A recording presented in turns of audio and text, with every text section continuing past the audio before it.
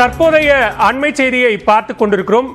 குடியரசு தினத்தை ஒட்டி ஆளுநர் வழங்கும் தேநீர் விருந்தை காங்கிரஸ் இடதுசாரிகளுடன் தற்போது மதிமுகவும் புறக்கணிப்பதாக அறிவித்திருக்கிறது. விடுதலை சிறுத்தைகள், மனிதநேய மக்கள் கட்சி உள்ளிட்ட திமுக கூட்டணி கட்சிகள் ஆளுநரினுடைய தேநீர் விருந்தை புறக்கணிப்பதாக அறிவித்திருக்கிறார்கள். இது தொடர்பான மேலதிக விவரங்களை வழங்குவதற்காக செய்தி அறையிலிருந்து இணைகிறார் அரசியல் பிரிவு ஆசிரியர் தம்பி தமிழரசன். தமிழினி உங்களிடம். நன்றி பாலவேல்.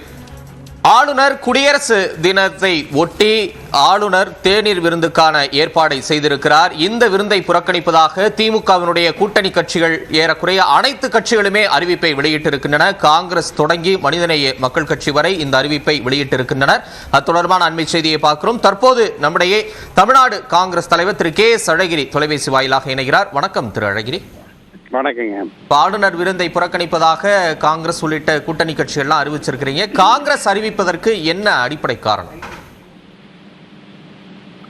முதற்கட்டமாக அவர் தமிழகத்திற்கான ஆளுநர் அல்ல, அவர் RSS பாரதிய ஜனதாவிற்கான ஆளுநர். எல்லா ஆளுநர்களுக்குமே அரசியல் கருத்து உண்டு. அது காங்கிரஸாக இருந்தாலும் அல்லது வேறு இயக்கங்களாக இருந்தாலும் ஒரு ஆளுநர் என்பவர் ஏதாவது ஒரு அரசியல் சார்புடையவராக இருப்பார். ஆனால் யாரும் இவ்வளவு அப்பட்டமாக வெளியில் அதை காட்டிக்கொள்வது கிடையாது. இவர் ஒரு பிரச்சாரகர் போல செயல்படுகிறார், பேசுகிறார். தேச துரோக குற்றங்களில் அவர் ஈடுபடுகிறார்.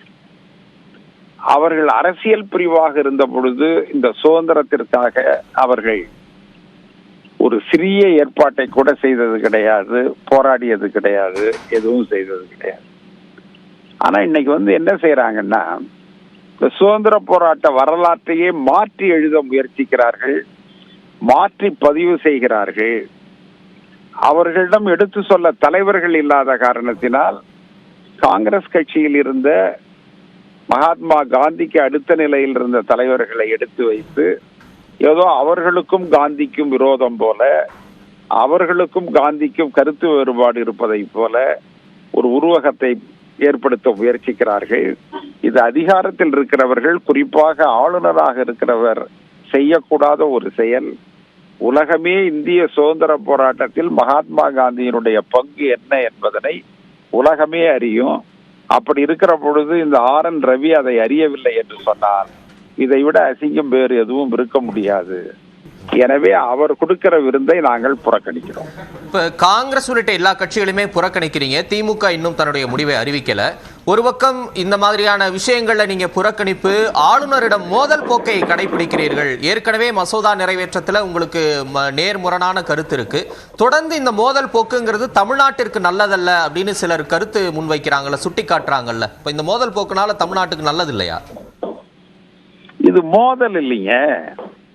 ஒரு மாற்று கருத்தை ஒருவர் சொல்லுகிற மாற்று கருத்தா இருந்தா சொல்லலாம். தவறான கருத்தை சொல்லுகிறார்.